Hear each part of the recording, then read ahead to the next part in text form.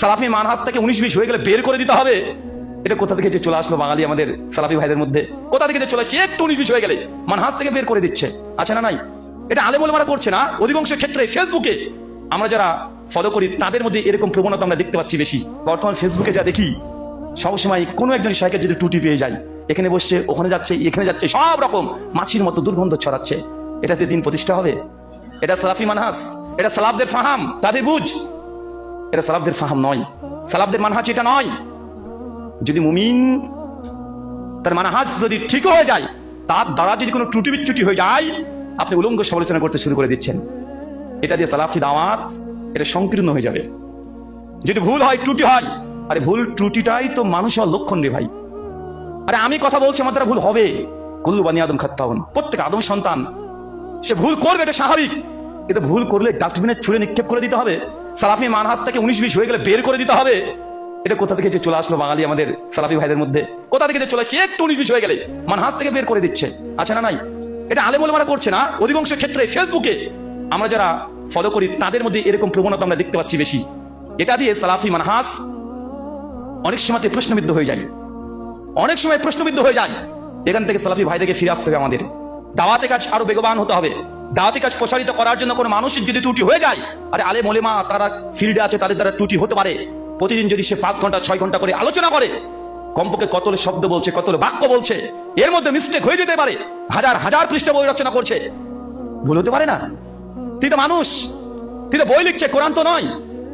এটা আল্লাহর পক্ষ থেকে ওহী নয় যে কোনো মিস্টেক হবে না, কোনো ভুল হবে না। ওটাকে নিয়ে আমি সমালোচনা করতে শুরু করে দিলাম।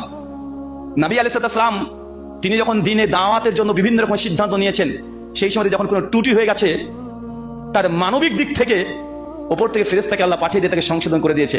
আমাদের কাছে তো কোনো ফেরেশতা আসবে না, আসবে নাকি? না, আমাদের কাছে কে আসবে? আপনি আসবেন, আপনি আসবেন, এসে আমাকে বলবেন।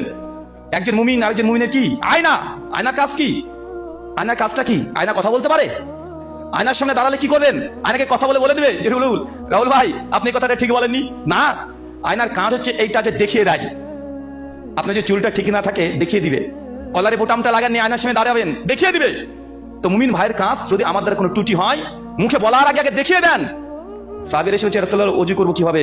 একজন সাহাবীকে নবী দেখছেন যে ওযু ভুলভাবে করছে, মানে ঠিকভাবে খিলিনগুলো করছে না, হাতের আঙ্গুলগুলো, পাগুলো, দাড়িগুলোকে ঠিকভাবে কসলাচ্ছে না, পানি দিচ্ছে না। নবী কিছু বললেন না। সাহাবীর কাছ থেকে ওই যে ওযুর জন্য যে পাত্রটাকে নিয়ে তিনি ওযু করে করে দেখাচ্ছেন, এইভাবে এইভাবে এইভাবে করতে হয়, এইভাবে দেখাচ্ছে তিনি।